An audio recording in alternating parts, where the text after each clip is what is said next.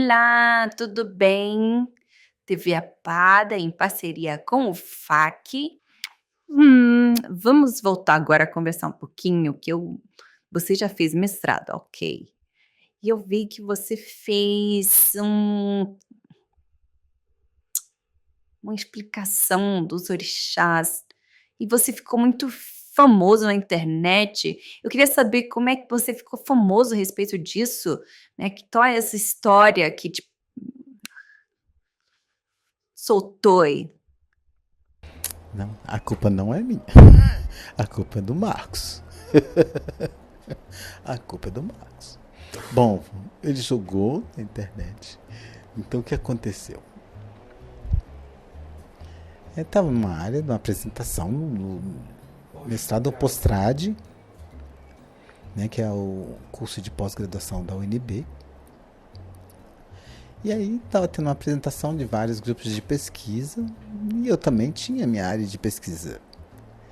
Mas eles tinham pedido para fazer uma apresentação musical, cultural, né, entre uma apresentação de um grupo e outro. Eu falei, ok, eu aceito, não tem problema nenhum. Bem simples.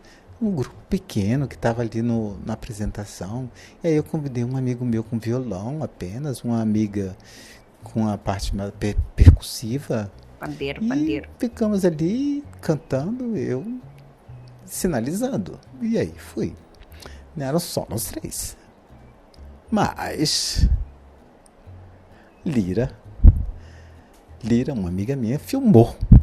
Ela estava filmando aquilo. Não tinha combinado nada com ela, era uma coisa simples. Ela filmou com o celular. E aí pegou aquela imagem, eu sinalizando, interpretando a música. E aí a Lira pegou no grupo ali que estava do mestrado, mandou mensagem. E aí mandou. E aí eu falei assim, pô, joguei no Facebook. O Marcos jogou no Facebook e aí o pessoal marcou o Vigílio lá, arquivo Vigílio. E aí as pessoas pensaram, gostou, curtindo. Aí, 1, 2, 3, começou curtição. Eu falei assim, caramba, muita gente curtindo. Aí eu fui dormir, beleza, deixei o celular lá. Quando eu olhei de manhã, 1.000, 2.000, 3.000, cara, 10.000. O quê? Meu Deus! Muito o que é isso? famoso. O que está acontecendo? Como foi disseminado isso? Compartilhou com todo mundo compartilhando. É verdade. Não, mas o que está acontecendo?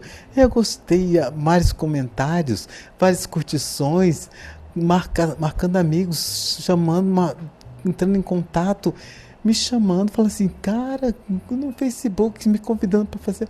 E eu fui criando uma lista imensa de pessoas querendo ser amigo.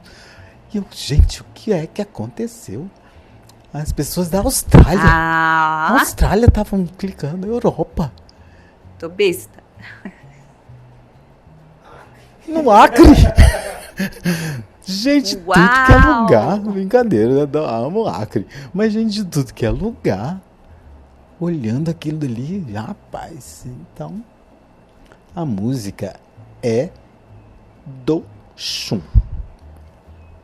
Então, o sinal de Oxum é esse daqui. Do Xum. Oxum. O que é o Xum? Dessa forma. Orixá. Morixá. Africano. E a música fala sobre características da água. E Oxum, ela é uma deusa da água doce. A água de rio. Todas essas variantes. E aí como isso me influenciou e eu também as outras influências da música. E aí eu fiquei pensando naquilo, gente, tem que estudar a tradução dessa música, de como é que vai ser feito essa tradução. A água não pode fazer água dura. Não pode fazer um movimento dançando, duro. flexível. Tem que ser um movimento aquoso. Então, por isso, quando a gente faz essa introdução, é uma sinalização, um molejo leve, uma dança, né, fluida. Então, quando você vai bailando nessa forma fluida, você consegue sincronizar, linkar, sentir essa empatia, né, e ir passando esse sentimento. Também os sinais, eles precisam ser leves, porque se você faz uma sinalização mais truncada, né, as escolhas dos parâmetros, das configurações, né, elas precisam ser leves, precisam ser fluidas também, para haver essa sincronia com a música. Também a imagem que você vai passar, né, esse efeito visual precisa ser leve e precisa ser atrativo para que as pessoas se sintam hipnotizadas por isso, né? Porque Oxum, ela é a deusa da sedução. Então você precisa seduzir, você precisa influenciar. Então cada uma dessas características, elas precisam estar dentro da sua interpretação, para que haja realmente uma coerência e uma coesão com o que você está sinalizando. Então, essa contextualização é fundamental para que... Então, é uma performance que precisa realmente estar presente na hora da sinalização. Então, por exemplo, quando eu uso falar água doce, eu odeio para uma cachoeira, um rio, alguma coisa e vai. Então, muito melhor uma estratégia de água doce. E o surdo começa a perceber exatamente esse movimento, nessa formação, essa sinuosidade. Então, pessoas, população. Não, então eu coloco dessa forma, porque quando as pessoas têm movimento, que é um movimento meio aquoso também, e também sinaliza que tem essas pessoas. Então, todos esses detalhes, eles precisam estar pensados e contextualizados. Então, quando eu começo a perceber e entender isso, incorporar isso, então a gente percebe a importância, porque quando você observa a opinião das pessoas, os comentários, né, então isso vai dando esse feedback, esse retorno. Basicamente 4 pessoas de um grupo, né? Um grupo de 4 grupos. Então, nesse primeiro grupo daqui é um grupo de surdos, que é o principal, onde eu dei mais atenção para saber exatamente a sinalização, para ver se eles realmente entenderam, o que eles sentiram, se eles gostaram, se ficou claro, se houve algum problema. Então, esse daí foi um grupo focal, onde me deu um retorno muito interessante. O segundo grupo é um grupo de intérpretes. Porque na música, quando a gente escuta a música, a gente percebe a contextualização e a gente vê a sinalização, se dá uma liga, uma coerência ou não. E aí esse retorno também é importante. O terceiro grupo é um grupo que não sabe nada em língua de sinais, mas sentiu. Dá um retorno de como é a questão do visual, da dança, do molejo, né, da prática da dança. Pessoas que são profissionais dessa área, né, falaram, nossa, muito bom o movimento, deu para sentir a música só no movimento. E o quarto grupo é um grupo da população de terreiro, pessoal da comunidade que trabalha com essa raiz africana, e aí parece que o Oxum estava ali, eu estava vendo, estava sentindo a presença, o movimento muito forte, né? Então deu muita liga, muita coerência. Então esses 4 grupos aqui me deram um retorno muito bom, muito gostoso. Então realmente, quando eu fiz essa apresentação e eu percebi esses 3 pontos aqui, nesses 2 últimos, ok, eles são importantes, Mas esse primeiro daqui, da música, bombou! Por causa dessas características que eu falei para você. Você sabe que eu participo do Sododô, né? E eu queria muito que você me ensinasse um pouco desse molejo para seguir seu caminho da música. Eu, por exemplo, eu converso muito com as pessoas, eu sei a questão de Imanjá, mas essa coisa de levar a música, conduzir, eu não consigo sentir dessa mesma forma e eu gostaria muito de me conectar para que os surdos também conseguissem perceber essa questão da arte, como você faz. Então eu gostaria muito de Ok, saber. são estratégias, sim, que a gente utiliza. Então eu já organizei, já fiz algumas propostas, inclusive para a TV Apada, futuramente, e a gente pode montar um projeto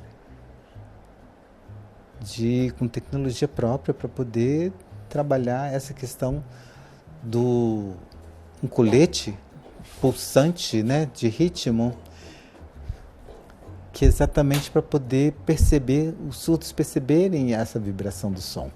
Então, se eu colocar aqui, ok, mas São Paulo tem um grupo de intérpretes que trabalham em shows e utilizam esses coletes com surdos, né? E eles sentem realmente a vibração e essa vibração vai tocando forte. Isso é muito importante que os surdos sintam. E saber como são essas características para se organizar. E tem uma professora que trabalha música, também é em consonância com surdos. Ana Lúcia?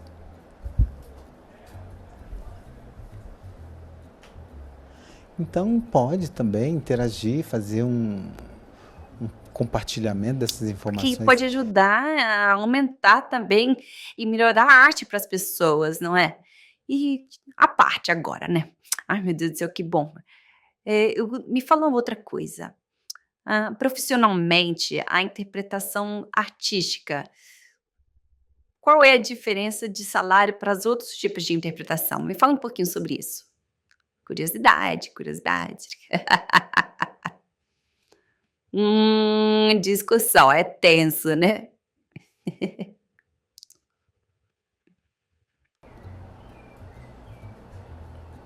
Tem vários profissionais, diferentes profissionais. Tem formações diferenciadas também. Tem pessoas que estudam, pesquisam, buscam, mas tem alguns que simplesmente o FAQ paga, ok, eu quero. Não sabe nem exatamente o que é, coloca um sorriso no rosto, começa a bater mão e vai.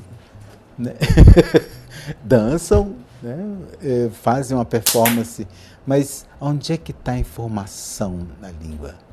Onde é que está a língua nessa apresentação? Aonde está a contextualização? Onde é que está a pesquisa para poder saber quais foram as melhores escolhas? Então, isso varia muito. Né?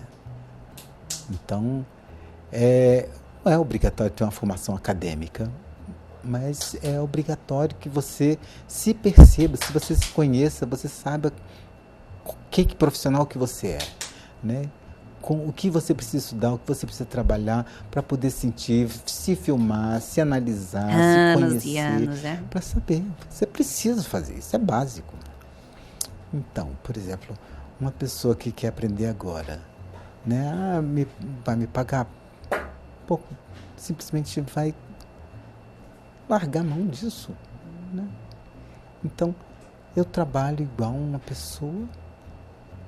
Não, tem outras pessoas também maravilhosas aqui em Brasília que fazem interpretações em outros estados também. São ótimos profissionais. Muitos, nós temos muitos. Mas tem que ser um trabalho de verdade. Não é simplesmente trabalhar pensando no dinheiro, se colocar lá sem saber nem o que vai fazer. Né? Eu não gosto disso, eu não quero isso, porque, ok, só traz o dinheiro? Ok. É triste, né? É triste isso. Não, às vezes eu fico observando ali uma pessoa que aquilo, expressões não revelam. Então a pessoa simplesmente está no palco. Então, simplesmente tá repassando uma informação. Não tem uma concordância com o artista que está tendo aquilo ali. Então, não consigo entender isso.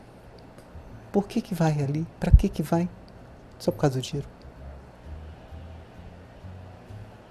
Então, é muito difícil.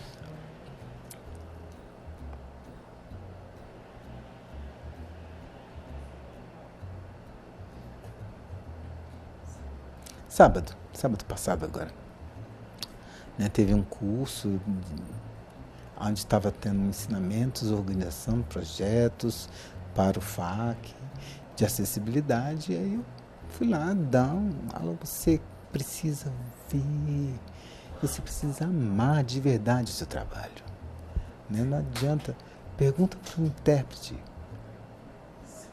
o seu trabalho mais importante que você já fez, quais foram os 3 primeiros mais importantes? E por que foram importantes? Boa pergunta. Por que você acha que foi importante? Você gostou por quê? Foi bom porque fiquei famoso, a pessoa era famosa. Não. Porque apareci na televisão, a janela era imensa. Não é isso. É triste, né? Mas faz parte. A terceira. Porque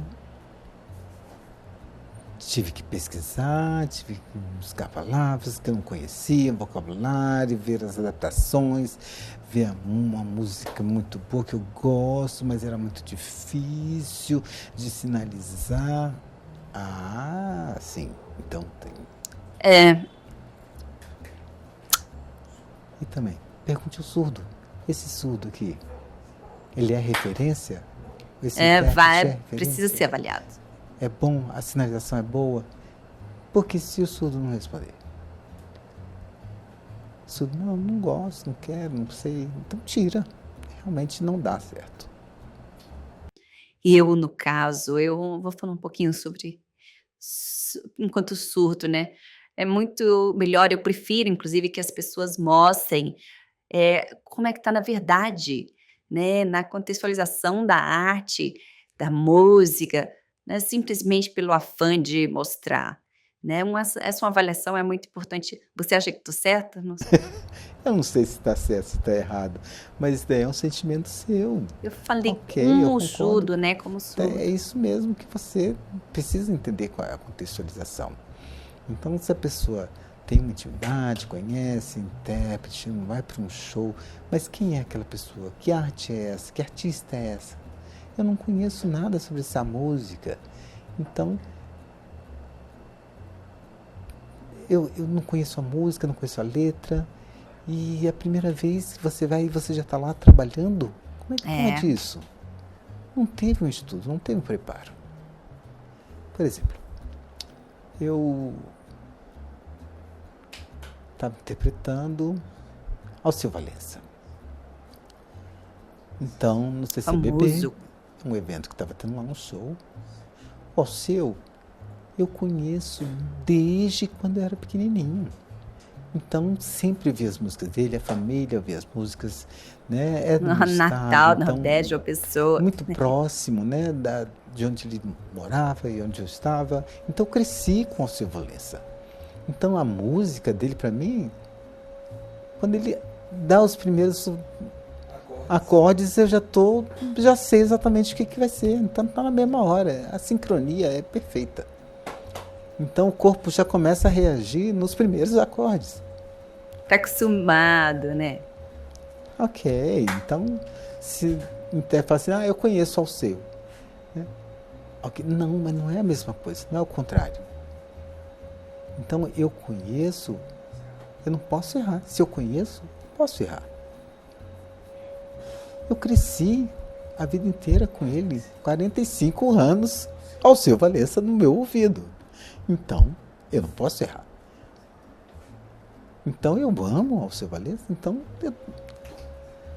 todas as músicas dele eu conheço tudo, plenamente.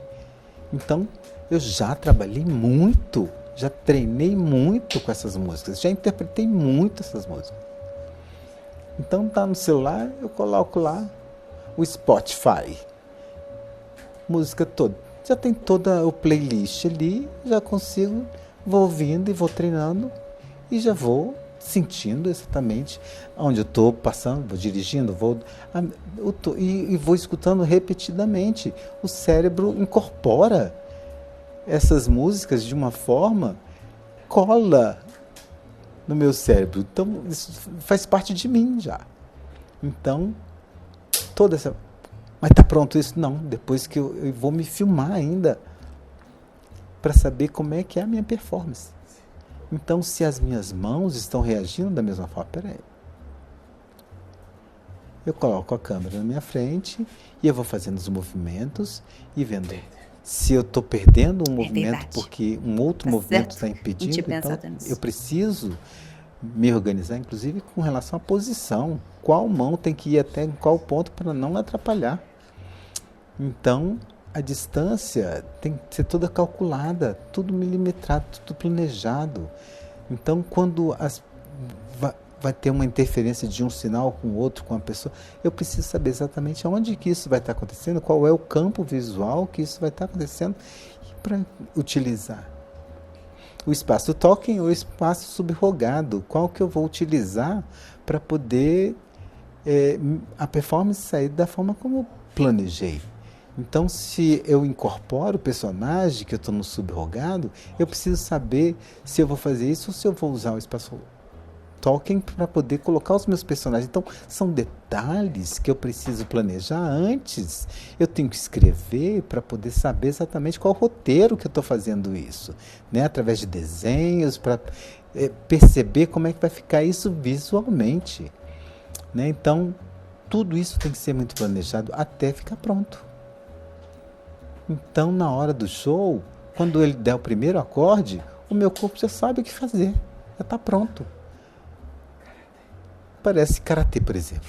Então, eu vou fazendo movimentos coordenados, sabe exatamente para onde é que tem que ir, porque antes já foi treinado, já foi conduzido dessa forma. A dança da mesma forma. Então, todos os passos, toda a coreografia, ela tem que ser planejada e tem que ser elaborada, treinada, né? A coreografia no teatro também, isso acontece. Então, eu não posso ser pego de surpresa sem saber o que vai acontecer depois. Eu preciso estar intimamente ligado com essa coreografia para saber exatamente para que ela flua, o corpo aconteça. Uau! Então, precisa exatamente perceber exatamente o que está acontecendo. Ou qual estratégia que você vai utilizar. Ou tem que ter estratégia, porque às vezes tem gente que não tem estratégia nenhuma. Não tem nenhuma. Pois é. Então, precisa trabalhar, vai pesquisar. Vai. Então, desculpa, mas eu preciso te cortar. Você acha que é fácil, que é só fazer movimento de corpo de baixo? Não, rapaz. O negócio tem que é mais mostrar baixo. quem você é mais. Precisa aprender, estudar, crescer. E a arte, ela é tudo isso junto e misturado.